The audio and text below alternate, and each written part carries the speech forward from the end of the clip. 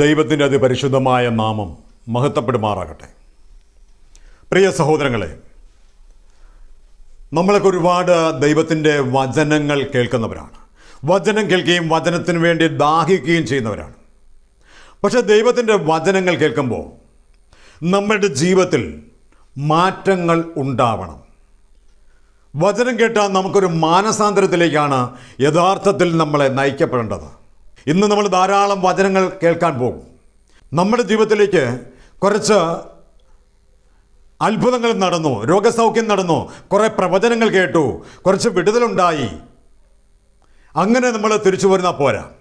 നമുക്ക് വേണ്ടത് നമുക്ക് പ്രവചനങ്ങളും രോഗശാന്തിയും അത്ഭുതങ്ങളും അടയാളങ്ങളൊക്കെ നമുക്ക് വളരെ അത്യാവശ്യമാണ്. ഇതെല്ലാം ദൈവം നമുക്ക് വേണ്ടി ആക്കി വച്ചിരിക്കുന്നതാണ്. പക്ഷെ ദൈവം ആഗ്രഹിക്കുന്നതല്ല. ഇത് മറ്റൊന്നിൻ്റെ ഒരു ഭാഗമാണ്. എന്തിൻ്റെ ഭാഗമാണ്? നിങ്ങൾ ദൈവവചനം കേട്ട് മാനസാന്തരപ്പെട്ട് കഴിയുമ്പോൾ, ക്രിസ്തുവിൻ്റെ വചനപ്രകാരം ആയി കഴിയുമ്പോൾ, ആ ക്രിസ്തുവിലേക്ക് നീ കൂടുതൽ അടുത്ത് നിൽക്കാൻ നീ ക്രിസ്തുവിനോട് ചേർന്നിരിക്കുമ്പോൾ നിൻ്റെ ജീവിതത്തിൽ രോഗശാന്തിയും അത്ഭുതങ്ങളും അടയാളങ്ങളും പ്രവചനങ്ങളും എല്ലാം നിൻ്റെ ജീവിതത്തിൽ വരും. ഇതെല്ലാം പറയുന്നത് പ്രവചനങ്ങൾ പറയുമ്പോൾ നിൻ്റെ ജീവിതത്തിൽ നടക്കാൻ ഇടയായിത്തീരും. ദൈവദാസന്മാർ രോഗശാന്തി ചെയ്യുമ്പോൾ നിൻ്റെ ജീവിതത്തിൽ സംഭവിക്കാൻ ഇടയായിത്തീരും. ചിലവർ രോഗശാന്തി മാത്രം പ്രാപിക്കും, പിന്നെ അവരെ വചനത്തിലേക്ക് കണ്ടിട്ടില്ല. ഇന്ന് ഞാൻ പ്രയർ കൂട്ടായ്മയിൽ കാണുന്നൊരു കാര്യം, പ്രവചനങ്ങൾ കേൾക്കാൻ ധാരാളം മക്കൾ വരും. പ്രവചനങ്ങൾ മാത്രം കേൾക്കണം. പക്ഷെ അവർക്ക് ദൈവത്തിൻ്റെ സ്നേഹം എന്താണെന്നോ, ദൈവത്തിൻ്റെ കൃപ എന്താണെന്നോ, ദൈവവചനം എന്താണെന്നോ അറിയണമെന്ന് ആഗ്രഹമില്ല. ദൈവത്തിൻ്റെ വചനം പറയുമ്പോൾ അത് കേൾക്കണം എന്നുള്ള ആഗ്രഹമില്ല. കണിയാൻ പറയുന്നത് പോലെ കേൾക്കാൻ, എന്നെക്കുറിച്ച് എന്ത് പറയുന്നു, എന്നെക്കുറിച്ചുള്ള ദൂതെന്താ, ഇത് മാത്രം കേൾക്കാനാണ് ഇന്ന് ജനത്തിൻ്റെ തിരക്ക് ഞാൻ കാണുന്നത്. പക്ഷെ ദൈവം അതല്ല ആഗ്രഹിക്കുന്നത്. നീ ദൈവവചനം കേൾക്കാൻ പോകുമ്പോൾ, നീ ഒരു വചന ധ്യാന കേന്ദ്രത്തിൽ പോകുമ്പോൾ, നീ വചനം കേട്ടിട്ട് നിനക്കൊരു മാനസാന്തരം ഉണ്ടാകണം. മാനസാന്തരം ഉണ്ടായാൽ നിൻ്റെ ജീവിതത്തിൽ അത്ഭുതങ്ങളും അടയാളങ്ങളും വളരെ വേഗത്തിൽ നടക്കുവാൻ തക്കനിടയായിത്തീരും. അതല്ല, അത്ഭുതങ്ങളും അടയാളങ്ങളും മാത്രമാണെങ്കിൽ നിൻ്റെ ജീവിതത്തിൽ ഭാവി ജീവിതത്തിലേക്ക് അനുഗ്രഹം വരത്തില്ല, നിൻ്റെ തലമുറയിലേക്ക് അനുഗ്രഹം വരത്തില്ല. നീ രോഗസൗഖ്യം പ്രാപിച്ചു കടന്നു പോകും. എനിക്കറിയാം എത്രയോ മക്കൾ രോഗസൗഖ്യം പ്രാപിച്ചു, അത്ഭുത രോഗസൗഖ്യം പ്രാപിച്ചു, എഴുന്നേറ്റ് പോയിട്ടുണ്ടെന്നറിയാമോ? പക്ഷെ പിന്നെ അവരെ വചനത്തിൽ കണ്ടിട്ടില്ല. എന്നാൽ നീ ജീവൻ്റെ വചനം കേട്ട വചനം നിന്നെ ക്രിയ ചെയ്താൽ നീ ക്രിസ്തു മാർഗത്തിൽ നിന്ന് ഒരിക്കലും മാറിപ്പോകത്തില്ല. നിൻ്റെ ജീവിതത്തിൽ മരണകരമായ അവസ്ഥ വന്നാലും, നിൻ്റെ എല്ലാം നഷ്ടപ്പെട്ടു പോയാലും, നിൻ്റെ ജീവൻ ത്യജിക്കേണ്ടി വന്നാൽ പോലും നീ ക്രിസ്തുവിൻ്റെ വചനത്തിൽ നിന്ന് ഒരിക്കലും മാറിപ്പോകത്തില്ല. അതല്ലാതെ അത്ഭുതങ്ങളും അടയാളങ്ങളും കണ്ട് പോകുന്നവർ അവരുടെ ജീവിതത്തിൽ നിലനിൽപ്പുണ്ടാകത്തില്ല. ഇന്ന് നമ്മൾ ചിന്തിക്കാൻ പോകുന്ന വചനഭാഗം സങ്കീർത്തന പുസ്തകം 34-ാം അധ്യായം, അതിൻ്റെ 12-13 തിരുവചനങ്ങളാണ്. അതിൻ്റെ 12-ാം തിരുവചനം പ്രകാരം പറയുക, നീ ജീവിതം ആഗ്രഹിക്കുകയും സന്തുഷ്ടമായ ദീർഘായുസ് അഭിലഷിക്കുകയും ചെയ്യുന്നുവോ? തിന്മയിൽ നിന്ന് നാവിനെയും വ്യാജഭാഷണത്തിൽ നിന്ന് അധരങ്ങളെയും സൂക്ഷിച്ചു കൊള്ളുവിൻ. എന്നെ കേൾക്കുന്ന സഹോദരങ്ങളെ, നിങ്ങൾ നല്ലൊരു ജീവിതം ആഗ്രഹിക്കാത്തവരായി നിങ്ങൾ ആരെങ്കിലും ഉണ്ടോ? നിങ്ങൾക്ക് മറ്റുള്ളവരെ പോലെ സുഖമായി ജീവിക്കണമെന്ന് നിങ്ങൾ ആഗ്രഹിക്കാത്ത ആരെങ്കിലും ഉണ്ടോ? നിങ്ങളുടെ മക്കൾ നല്ല ജോലിക്കാരായി മാറണം എന്ന് ആഗ്രഹിക്കാത്ത ആരെങ്കിലും ഉണ്ടോ? നിങ്ങളുടെ മക്കളെയും മക്കളുടെയും തലമുറയും കണ്ട് ആനന്ദിക്കണമെന്ന്, ദീർഘായുസ്സോടെ ഇരിക്കണമെന്ന് ആഗ്രഹിക്കാത്ത ഏതെങ്കിലും മാതാപിതാക്കളുണ്ടോ? എല്ലാ മക്കളുടെയും, എല്ലാ മാതാപിതാക്കളുടെയും ആഗ്രഹമാണ് ഞാൻ ഉയരണം, എൻ്റെ മക്കൾ ഉയരണം, എൻ്റെ മക്കൾ നല്ല ജോലിക്കാരായി മാറണം, അവർ നല്ലൊരു കുടുംബജീവിതം നയിക്കണം, അവരുടെ മക്കളെയും മക്കളുടെയും മക്കളെയും എനിക്ക് കാണാൻ ഇടയായിത്തീരണം എന്ന് എല്ലാ മാതാപിതാക്കളും ആഗ്രഹിക്കും സഹോദരങ്ങളെ. പക്ഷേ ഇത് പലരുടെയും ജീവിതത്തിൽ നടക്കാറില്ല. പലരുടെയും ജീവിതത്തിൽ ഇതൊരു പ്രതിസന്ധി പോലെ നിൽക്കുക. പലരുടെയും ജീവിതത്തിൽ അഭിവൃദ്ധിയില്ല, പലരുടെയും ജീവിതത്തിൽ ഉയർച്ചയില്ല. അപ്പൻ കൃഷിപ്പണി ചെയ്തോ, എന്നാൽ മക്കളും കൃഷിപ്പണി ചെയ്യും. അപ്പൻ ഡ്രൈവറാണോ, മക്കളും ആ ജോലി ചെയ്യും. എന്നാൽ അങ്ങനല്ല നമ്മൾ സഹോദരങ്ങളെ ചിന്തിക്കേണ്ടത്. നമ്മൾ ചിന്തിക്കേണ്ട ഒരു കാര്യമുണ്ട്. ഇന്ന് ഞാൻ എന്ത് ജോലി, ഞാനൊരു തയ്യലാണോ, എൻ്റെ തയ്യൽ ജോലിക്കാരനാണോ?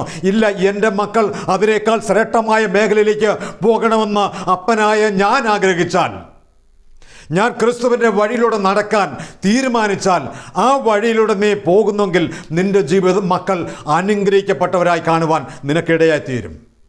അതിന് നീയും ഞാനും ചെയ്യേണ്ട ഒറ്റ കാര്യമേ ഉള്ളൂ. ഇവിടെ സങ്കീർത്തനം പറഞ്ഞതുപോലെ 12:34-13 പറഞ്ഞതുപോലെ തിന്മയിൽ നിന്ന് നാവിനെയും വ്യാജഭാഷണത്തിൽ നിന്ന് നിന്റെ അതരത്തെ നീ സൂക്ഷിച്ചാൽ മതി. 2 കൂട്ടം കാര്യങ്ങൾ നീ ശ്രദ്ധിച്ചാൽ നിന്റെ ജീവിതത്തിൽ ഒരിക്കലും പരാജയം ഉണ്ടാവുകയില്ല. ഇവിടെ പറയാണ്, 1 നിന്റെ നാവിനെ നിയന്ത്രിക്കണം, 2 നീ ദീർഘായുസ് അഭിലഷിക്കുന്നുവോ വ്യാജഭാഷണത്തിൽ നിന്നെ അധരങ്ങളെയും മറ്റുള്ളവർ കുറ്റം വിധിക്കുന്ന സ്വഭാവത്തിൽ നിന്ന് മറ്റുള്ളവർക്കെതിരെ അപരാധങ്ങൾ പറയുന്ന വിധത്തിൽ നിന്ന് നീ മാറി നിൽക്കാനാണ് കർത്താവ് പറയുന്നത്. ഇവിടെ കർത്താവ് നിന്റെ നാവിനെ നീ കർത്താവിന് വിലയായി കൊടുത്താൽ നിന്റെ ജീവിതം അനുഗ്രഹിക്കപ്പെടുവാൻ തക്കനിടയായി തീരും. വർഷങ്ങൾക്ക് മുമ്പ് നമ്മളൊരു ക്യാമ്പിൽ ഒരു സഹോദരി വരുവാനിടയായി. ആ സഹോദരി വരുന്ന സമയം മുതൽ അവർ കരയുന്നത് കണ്ടിട്ട് പ്രേക്ഷകർ വന്ന് എന്നോട് പറഞ്ഞു, ഒരു സഹോദരി ഇങ്ങനെ ധ്യാനത്തിലൊന്നും ഇരിക്കുന്നില്ല, അവരിങ്ങനെ കരഞ്ഞുകൊണ്ടേയിരിക്കുന്നു, അവർക്കൊന്നും ധ്യാനം ശ്രദ്ധിക്കാൻ പറ്റുന്നില്ല എന്ന് പറഞ്ഞു. ഞാൻ പറഞ്ഞു അവരെ വേഗത്തിൽ എൻ്റെ അടുക്കലേക്ക് കൊണ്ടുവരാൻ പറഞ്ഞു. ഞാൻ അവർക്ക് കൗൺസിലിംഗ് കൊടുക്കാനായിട്ടിരുന്നു. കൗൺസിലിങ്ങിൽ വന്നിരിക്കുമ്പോൾ പോലും ആ സഹോദരി വാവിട്ട് നിലവിളിക്കുകയാണ്. അവർക്ക് സംസാരിക്കാൻ വയ്യ, അത്രമാത്രം ഇവർ സങ്കടത്തിലും വേദനയിലും ഇരിക്കുക. ഞാൻ ചോദിച്ചു, എന്താ സഹോദരി കരയുന്നത്? ആ സഹോദരി പറഞ്ഞു, എനിക്ക് ഒരു മകളേ ഉള്ളൂ. ആ മകൾക്ക് എന്നെ കാണുന്നത് പോലും ഇഷ്ടമല്ല. അവൾ പറയുന്നത് എനിക്ക് ഭ്രാന്താന്നാണ് പറയുന്നത്. എൻ്റെ ജീവിത പങ്കാളിയോട് പറയാറുണ്ട് അവൾ, എന്നെ കൊണ്ടുവന്ന് വല്ല അനാഥാലയങ്ങളിൽ കളഞ്ഞാറ്, അല്ലെങ്കിൽ ഭ്രാന്താശുപത്രി കൊണ്ടിടുക, എനിക്ക് ഇവളെ വേണ്ടാന്ന് എൻ്റെ മുഖത്ത് നോക്കി പറയുമ്പോൾ ഞാൻ അനുഭവിക്കുന്ന വേദന മറ്റൊരാൾക്ക് പറഞ്ഞാലും മനസ്സിലാകത്തില്ല. ഞാൻ അത്രമാത്രം ഞാൻ വേദന അനുഭവിക്കുക. ഞാൻ വളർത്തിയ മകളിൽ നിന്ന് കേൾക്കുന്ന ആ വാക്കുകൾ കേൾക്കുമ്പോൾ എൻ്റെ ഹൃദയം വേദനിക്കുകയാണെന്ന് പറഞ്ഞു. ഞാൻ പറഞ്ഞു, സഹോദരി വിഷമിക്കേണ്ട, നമുക്ക് പ്രാർത്ഥിക്കാം. ഞാൻ യേശുവിനോട് ചോദിച്ചു, എന്താണ് കർത്താവേ ഈ മകൾക്ക് ഇങ്ങനൊരു അവസ്ഥ വരാൻ കാരണമെന്താ? യേശു പറഞ്ഞെന്നോ, ഈ കുഞ്ഞിനെ പ്രഗ്നൻസിയായിരിക്കുന്ന സമയത്ത് ഭാര്യയും ഭർത്താവും ഭയങ്കര വഴക്കായിരിക്കുന്ന സമയത്ത് എപ്പോഴും വയറ്റിൽ കൈവച്ചിട്ട് പറയും, ഈ ശാപത്തെ എനിക്ക് വേണ്ട, ഈ ഭ്രാന്തൻ്റെ കുഞ്ഞിനെ വഹിക്കണ്ടായിരുന്നു, ഇതിനെനിക്ക് വേണ്ടായിരുന്നു, ഇതിനെനിക്ക് നാശമാണ്, ഇതിനെ കളഞ്ഞാൽ മതിയായിരുന്നു എന്ന് പറഞ്ഞ് ഇവളെപ്പോഴും ഈ വയറ്റത്തെ കൈവച്ചിട്ട് ശാപവാക്കുകൾ ഇങ്ങനെ പറഞ്ഞുകൊണ്ടിരുന്നു. ഭർത്താവിൻ്റെ കുടുംബക്കാരുമായിട്ട് വഴക്കിടുമ്പോൾ എല്ലാം ഈ ഉദരത്തിൽ കിടക്കുന്ന ഈ പിശാച് മൂലമാണ് എനിക്ക് ഇതെല്ലാം വന്നു ചേർന്നതെന്ന് പറഞ്ഞു ഇവളെപ്പോഴും ഇങ്ങനെ പാഴ്വാക്ക് പറഞ്ഞുകൊണ്ടേയിരുന്നു. ഞാൻ ചോദിച്ചു, ഇങ്ങനെ നിങ്ങൾ പറയുമായിരുന്നോ? അവർ പറഞ്ഞു, ഞാനിത് പറയുമായിരുന്നു. ഞാൻ പലപ്പോഴും ഈ കുഞ്ഞിനെ അബോർഷൻ ചെയ്ത് കളഞ്ഞേക്കാം എന്ന് ചിന്തിച്ചു. ഇത് അല്ലാതെ അബോർഷനായി പോകാനായിട്ട് പല മരുന്നുകളും കഴിച്ചു നോക്കി, എന്നിട്ടും ഇത് പോയില്ല. അപ്പോഴൊക്കെ ഞാൻ ഈ ശാപവാക്കൾ പറഞ്ഞുകൊണ്ടേയിരുന്നു. സഹോദരങ്ങളെ, നമ്മുടെ കുടുംബത്തിൽ നമ്മുടെ സഹോദരിമാരോ അല്ലെങ്കിൽ അമ്മമാരോ സ്ത്രീകൾ, നമ്മുടെ കുടുംബത്തിലെ സ്ത്രീകൾ പ്രഗ്നൻസി ആകാറുണ്ട്. ആ പ്രഗ്നൻസിയാകുന്ന സമയത്ത് നമ്മുടെ കുടുംബത്തിലുള്ള മുതിർന്നവർ അമ്മമാർ പറഞ്ഞു കൊടുക്കാറുണ്ട്. അമ്മമാർ പറയും, നിങ്ങൾ ഈ സമയത്ത് നിങ്ങൾ നല്ല സന്തോഷത്തോടിരിക്കണം, നിങ്ങൾ ഒറ്റയ്ക്ക് പോയിരിക്കരുത്, നിങ്ങൾ ഭയപ്പെട്ടാൽ ആ ഭയം നിൻ്റെ കുഞ്ഞിൻ്റെ മേൽ വരും, അതുപോലെ നീ എപ്പോഴും നല്ല സന്തോഷത്തോടിരിക്കണം. ജീവിതത്തിൽ എന്തെങ്കിലും പ്രതിസന്ധി വന്നാലും നീ കരഞ്ഞ് നിലവിളിച്ച് ആകുലപ്പെട്ടിരിക്കരുത്, അതെല്ലാം നീ മനസ്സിൽ കൊള്ളാതെ നീ സന്തോഷത്തോടിരിക്കാനായിട്ട് അമ്മമാർ പറഞ്ഞു കൊടുക്കാറുണ്ട്. കാരണം എന്താണെന്നറിയാമോ? നീ എന്ത് ചിന്തിക്കുന്നോ അതെല്ലാം നിൻ്റെ ഉദരത്തിരിക്കുന്ന കുഞ്ഞിലേക്ക് വരും. അതുകൊണ്ടാണ് ഈ അമ്മമാർ പറയുന്നത് സന്തോഷത്തോടെ ഇരിക്കണം എന്ന് പറയുന്നത്. ഇവിടെ ഈ അമ്മ ഈ കുഞ്ഞ് ഉദരത്തിലായിരുന്ന സമയം മുതൽ ശാപവാക്കുകളും ഭർത്താവായിട്ട് കലഹങ്ങളും വഴക്കുകളൊക്കെ ഉണ്ടായപ്പോൾ ഈ അമ്മ ഇത് ശാപമാണ്, ഇതെനിക്ക് വേണ്ടായിരുന്നു, ഇതൊരു ഭ്രാന്തൻ്റെ കുഞ്ഞിനെനിക്ക് വേണ്ടായിരുന്നു, ഈ ഭ്രാന്തൻ്റെ കുഞ്ഞിനെയാണല്ലോ ഞാൻ ഉദരത്തിൽ വഹിക്കുന്നതെന്ന് പറഞ്ഞ് പലപ്പോഴും അബോർഷൻ ചെയ്ത് കളയാനും ഇതിന് വേണ്ടെന്ന് പറയാനും അത് പോകാനായിട്ട് മരുന്ന് കഴിക്കാനൊക്കെ തയ്യാറായി. എന്ത് ഇവൾ പറഞ്ഞോ അതെല്ലാം ഇന്ന് ഈ അമ്മയെ നോക്കി ഈ മകൾ പറയാനിടയായി തീർന്നു. ഞാൻ പറഞ്ഞു, ഞാൻ ആ അമ്മയോട് പറഞ്ഞു, ഇത് ഈ കുഞ്ഞിൻ്റെ കുഴപ്പമല്ല, നിങ്ങളുടെ കുഴപ്പമാണ്. നിങ്ങൾ ഈ കുഞ്ഞിന് ഉദരത്തിരുന്നപ്പോൾ നിങ്ങൾ എന്താണ് പറഞ്ഞത്?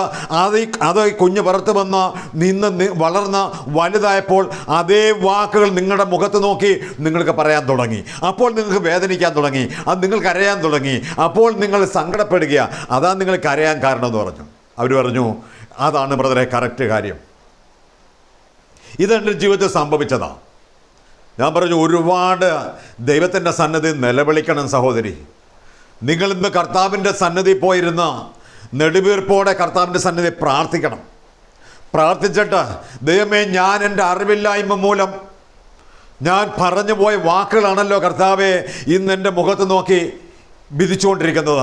ഞാൻ ഈ കുഞ്ഞിന് ഉദരത്ത് വച്ചിരുന്ന സമയത്ത് ഈ കുഞ്ഞിനെ നോക്കി വിധിച്ചതാണല്ലോ ഇന്ന് എൻ്റെ നേരെ നിന്നിട്ട് ആ മകള് എനിക്കെതിരെ വിധിക്കുന്നത്, എനിക്ക് ഭ്രാന്താന്ന് പറയുന്നത്, എന്നെ ഭ്രാന്താശുപത്രി കൊണ്ടിടാൻ പറയുന്നത്, ഞാൻ ശാപമാണെന്ന് പറയുന്നത്, എനിക്ക് ആഹാരം തരാതിരിക്കുന്നത്, ഇതെല്ലാം ഞാൻ പറഞ്ഞതാണല്ലോ കർത്താവേ, ഞാൻ പ്രവർത്തിച്ചതാണല്ലോ കർത്താവേ എന്ന് പറഞ്ഞ് നിങ്ങൾ അനുദപിക്കാൻ പറഞ്ഞു. എന്നെ കേൾക്കുന്ന സഹോദരങ്ങളെ, എനിക്കൊന്ന് പറയാനുണ്ട്. വർഷങ്ങൾ പലത് കഴിഞ്ഞുപോയി.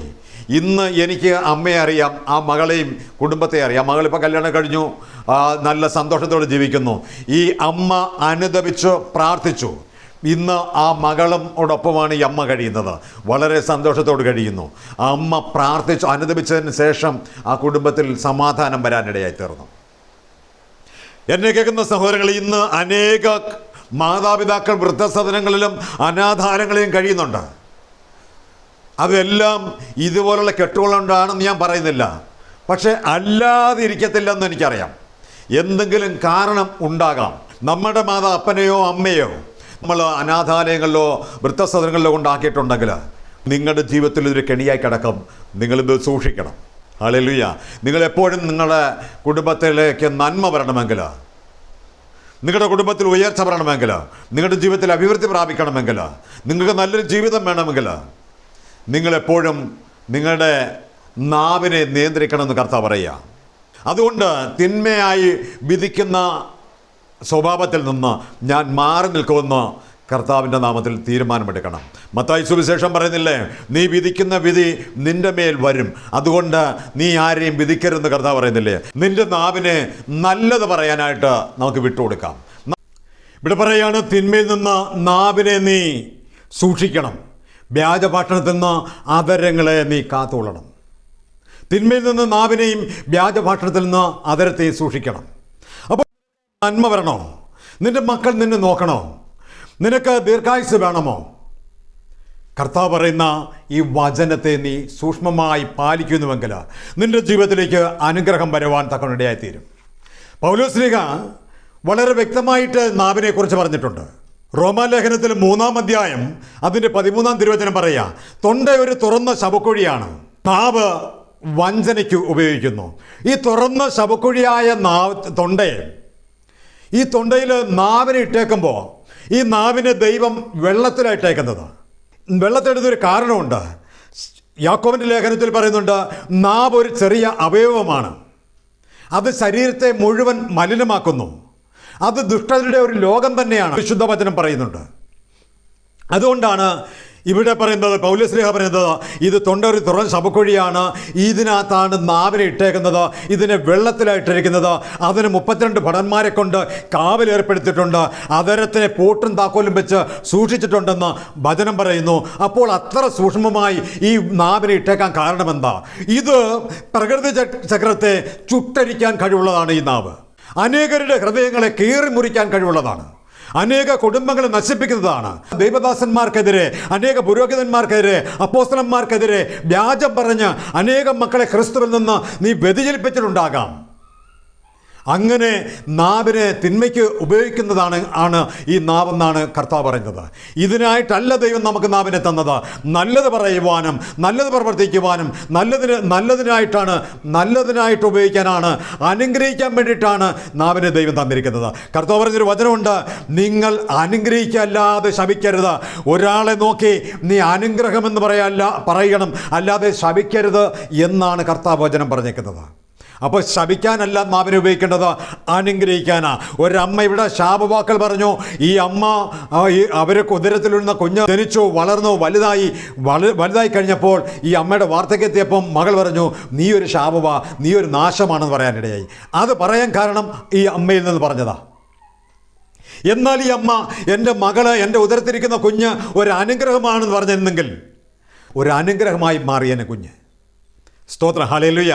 അതുകൊണ്ട് നമ്മുടെ ജീവിതത്തിൽ നമുക്ക് നല്ലത് വരണം, നമുക്ക് നല്ല ഉയർച്ച ഉണ്ടാകണം, നല്ല അഭിവൃദ്ധി ഉണ്ടാകണം, നമുക്ക് നമ്മുടെ കുടുംബം അനുഗ്രഹിക്കപ്പെട്ട കുടുംബമായി മാറണം, മറ്റുള്ളവർക്ക് മാതൃകയുള്ള കുടുംബമായി ഞാനും നിങ്ങൾ മാറണമെങ്കിൽ നമ്മുടെ നാവിനെ കർത്താവിനെ ഏൽപ്പിക്കണം. ഹല്ലേലൂയ. നിന്റെ നാവിനെ ദൈവത്തിന് ഭരമേൽപ്പിച്ചു കഴിഞ്ഞാൽ പിന്നെ ഒരിക്കലും നീ തിന്മയുടെ വാക്ക് പറയത്തില്ല, നീ എപ്പോഴും അനുഗ്രഹത്തിൻ്റെ വാക്ക് പറയുന്ന വ്യക്തിയായി മാറും. അതുകൊണ്ട് യിരെമ്യാ പ്രവാചകന്റെ പുസ്തകത്തിൽ 15-ാം അധ്യായം അതിൻ്റെ 19-ാം തിരുവചനം പറയുക, വിലയാതെ സൽവചനങ്ങൾ പറഞ്ഞാൽ നിന്റെ നാവ് എൻ്റെ നാവ് പോലാക്കി മാറ്റും. ഇതുവരെ നീ തിന്മയായി പറഞ്ഞു, നീ ഒരുവൻ്റെ നന്മ നീ കണ്ടിട്ടില്ല, ഒരുവൻ്റെ നന്മ നീ ആഗ്രഹിച്ചിട്ടുണ്ടാകത്തില്ല, ഒരിക്കലും നീ നന്മ പറഞ്ഞിട്ടുണ്ടാകത്തില്ല. പക്ഷെ ഇന്നൊരു തീരുമാനമെടുക്കുക, നിന്റെ ജീവിതം അനുഗ്രഹിക്കപ്പെടണമെന്ന് നീ ഒന്ന് ആഗ്രഹിക്കുക. നിന്റെ മക്കൾ, നിന്റെ തലമുറ അനുഗ്രഹിക്കപ്പെടണമെന്നോ നിന്റെ മക്കളെയും മക്കളുടെ മക്കളെയും കാണണമെന്ന് നീ ആഗ്രഹിച്ചു നോക്കുക. നീ ആഗ്രഹിക്കുന്നുവെങ്കിൽ നിന്റെ ഈ വ്യർത്ഥമായ ഭാഷ നിർത്തിയിട്ട് നീ കർത്താവിനായി നിന്റെ നാവിന് വിട്ടുകൊടുത്തു കഴിഞ്ഞാൽ നിന്റെ നാവ്, കർത്താവ് പറയുക, നിന്റെ നാവ് ഇനി വില കെട്ടാ പറയുന്നില്ലെങ്കിൽ സൽവചനങ്ങൾ മാത്രം പറഞ്ഞാൽ നിന്റെ നാവ് ദൈവത്തിൻ്റെ ഒരു നാവായി മാറുവാൻ സർവ്വസ്വ ദൈവം ഇടയാക്കും. അപ്പോൾ നീ ഇന്നവരെ നശിച്ചു കിടക്കുന്നോ, നീ ഉയരുന്നില്ലയോ, നിന്റെ തലമുറ ഉയർന്നിട്ടില്ലയോ, എന്നാൽ നീ പറയണം, ഇന്ന് ഞാൻ തീരുമാനമെടുക്കാം, ഞാൻ ആർക്കെങ്കിലുമെതിരെ, ദൈവമക്കൾക്കെതിരെ, പ്രവാചകന്മാർക്കെതിരെ, മക്കളെ ക്രിസ്തുവിൽ നിന്ന് അകറ്റിയ മേഖല എൻ്റെ ജീവിതത്തിലുണ്ട്. അനേകം മക്കളെ ക്രിസ്തുവിൽ നിന്ന് അകറ്റിക്കൊണ്ടുപോയിട്ടുണ്ട്. അനേകം മക്കളെ പ്രാർത്ഥനാ ജീവിതത്തെ മാറ്റിയിട്ടുണ്ട്. പുരോഹിതന്മാർക്കെതിരെ പറഞ്ഞിട്ടുണ്ട്, അപ്പോസ്തലന്മാർക്കെതിരെ പറഞ്ഞിട്ടുണ്ട്, അയൽക്കാർക്കെതിരെ പറഞ്ഞിട്ടുണ്ട്, വ്യാജമായി പറഞ്ഞിട്ടുണ്ട്. ഇനി പറയത്തില്ല, ഞാൻ അവരെല്ലാം അനുഗ്രഹിക്കും എന്ന് പറഞ്ഞൊരു തീരുമാനമെടുത്താൽ, ഞാൻ യേശുവിൻ്റെ നാമത്തിൽ പറയുന്നു, വിലകെട്ട പറയാതിരുന്നാൽ നിന്റെ നാവ് ദൈവത്തിൻ്റെ നാവായി മാറും. അതുവഴി നിന്റെ ജീവിതം, നിന്റെ കുടുംബം, നിന്റെ തലമുറ അനുഗ്രഹിക്കപ്പെടുവാൻ തക്ക ഇടയായി തീരും. സങ്കീർത്തനക്കാരൻ പറഞ്ഞതുപോലെ, ജീവിതം ആഗ്രഹിക്കുകയും സന്തുഷ്ടമായ ദീർഘായുസ്സ് നീ അഭിലഷിക്കുകയും ചെയ്യുന്നുവോ?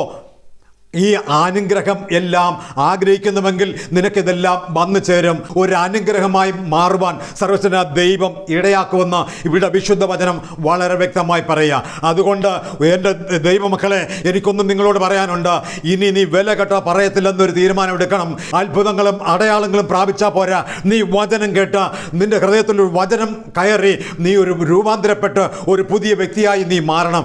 ഇന്നു മുതൽ നിന്റെ നാവ് കർത്താവിനായി വില കൊടുത്താൽ നീ അനുഗ്രഹിക്കപ്പെട്ട ഒരു വ്യക്തിയായി മാറും. ഹല്ലേലൂയ. അങ്ങനെ നിന്റെ കുടുംബം ഒരു സന്തുഷ്ടമായ കുടുംബമായി മാറുവാൻ തക്കൊണ്ട് എൻ്റെ ദൈവം ഇടയാക്കും. എല്ലാവരെയും സർവ്വശക്തനായ ദൈവം അനുഗ്രഹിക്കട്ടെ.